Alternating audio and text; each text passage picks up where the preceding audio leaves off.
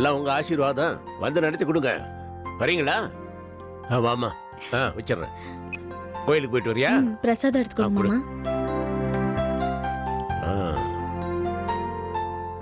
சந்தோஷமா இருக்குமா? லக்ஷ்மி அடிக்கடி சொல்லுவா, வீட்டு பொம்பளைங்க தவறாம தினம் கோயிலுக்கு போயிட்டு இருந்தா வீடு சுபிட்சமா இருக்கும்னு. உன்னை மனசுல வச்சுட்டு தான் சொல்லியிருக்கா. நீதாம்மா இனிமே இந்த வீட்டோட சுபிக்ஷ லட்சுமி. ரொம்ப சந்தோஷமா. போமா, போய் சாப்பிடு போ. இல்ல மாமா, இன்னைக்கு நான் விரதம். நீங்க போய் சாப்பிடுங்க. என்ன இந்த வயசுல வரதான்? என்ன தயங்கி நிக்கிற? வேற என்ன சொல்லணும்? ஆமா மாமா. சரி சொல்லு. நம்ம புது பிரான்ச்ச என்ன வச்சு திறக்கணும்னு பிளான் பண்ணிருக்கீங்கல்ல? ஆமா, சந்தோஷ சமாச்சாரமாச்சே. நீ மருமகள வந்த நேரம் புது பிரான்ச் திறக்குது. இல்ல, எனக்கு முன்னாடியே கல்பனா நம்ம வீட்டுக்கு மருமகளா வந்துட்டாங்கல்ல மாமா. 2 பேருமே உங்க மருமக தானே மாமா. இந்த வீட்டு மருமகளா அவங்களுக்கும் சில எதிர்பார்ப்புகள் இருக்கும். நீங்க அதை ஃபர்ஸ்ட் புரிஞ்சுக்கோங்க.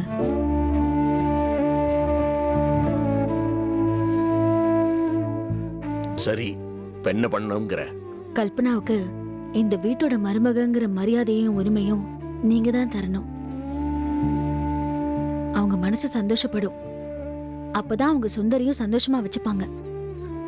இல்ல அவங்களுக்குள்ள தேவையில்லாத சண்டை சச்சரவெல்லாம் வரும். மாமா, நீங்க எனக்கு மரியாதை கொடுத்தாலும் கொடுக்கலனாலும் நான் உங்க மருமகளா நீங்க நினைச்ச மாதிரி இருப்பேன். ஏன்னா மனசளவுல நான் உங்களுக்கு நெருக்கமா இருக்கேன். ஆனா கல்பனா அப்படி இல்ல, அந்நியமா இருக்காங்க.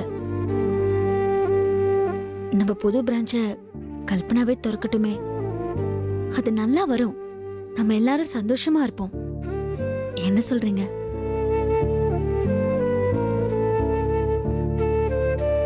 சரி, என்னமோ பண்ணுங்க. அப்பா, வாடா. நீ கோயிலுக்கு போயிட்டு வரியா? அப்பா, அது என்னடா நெத்தியில விபூதி இருக்குது, தெல்ல தெளிவா தெரியுது. இதுல என்னடா உனக்கு தரமாட்டான்? அதெல்லாம் ஒண்ணு இல்லப்பா. ஏதோ குழப்பத்துல தான் இருக்க. சரிடா, உன்னை தெளிவா புரிஞ்சுக்க. நம்ம புது பிரான்ச்ச திறக்க போறது வேதவல்லி இல்ல, உன் பொண்டாட்டி கல்பனா.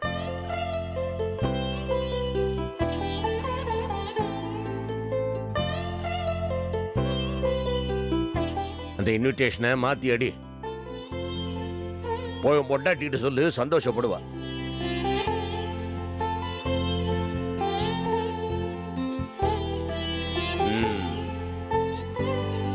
அவன் பொண்டாட்டி தான் திறப்பு விழா நடத்த போறான்னு சொன்ன உடனே அவன் முகத்துல பிரகாசத்தை பாத்தியா? ஆமா மாமா. அது உன் முகத்துல விழ வேண்டிய வெளிச்சம். பெரிய மனசு பண்ணி அந்த வெளிச்சத்தை நீ அவன் பக்கம் திருப்பி விட்டுருக்கிற. இதுக்கெல்லாம் தெய்வீக உள்ளம் வேணுமா? உன்னை மகளாடைய பரமு ரேணுகா, மருமகளாடைய நானு, மனைவியாடைய நாகராஜன் எல்லாரும் போன ஜென்மத்துல நிறைய புண்ணியம் பண்ணியிருக்கிறோம். நல்லா இருப்பமா. God bless you. இன்னும் எத்தனை நாளைக்கு தான் இப்படியே சமாளிக்க போறோமோ தெரியல. இதுக்கு மேல என்ன சொல்ல போற? சொல்றதுக்கு வேற ஏதாவது பொய் இருந்தா சொல்லிடு.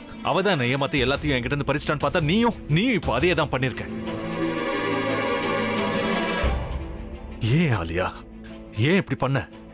இந்த உலகத்துல பாட்டிக்கு அப்புறம் நான் யார் மேலேயாவது உயிரியே வச்சிருக்கேன்னா அது ஊ மேலதான் உனக்கு தெரியாதா?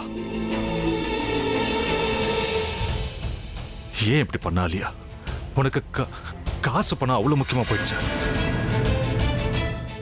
அதுக்காக நம்ம உறவை கூட மறந்துடுவியா?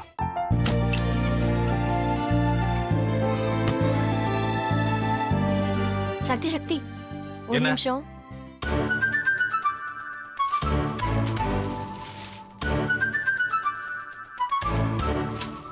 இந்தாங்க.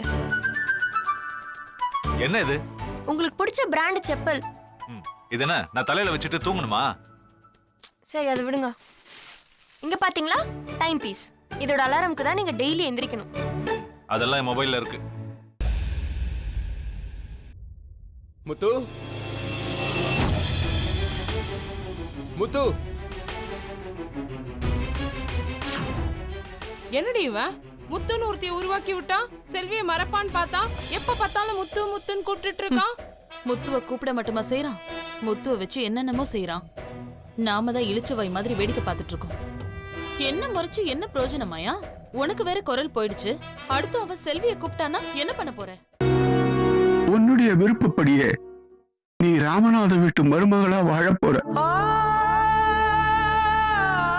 கண்டிப்பா என்னுடைய ஸ்தானத்திலிருந்து அவன் உன்னை நல்லா பார்த்துக்குவான் அம்மா. டேய், அவரை பத்தி தான் உனக்கு தெரியும்ல. அவர் எந்த முடிவு எடுத்தாலும் அதான் ஃபைனல். நம்ம அப்பா வேணுமா வேணாமாங்கிறத நீயே முடிவு பண்ணிக்கோ. வாடா.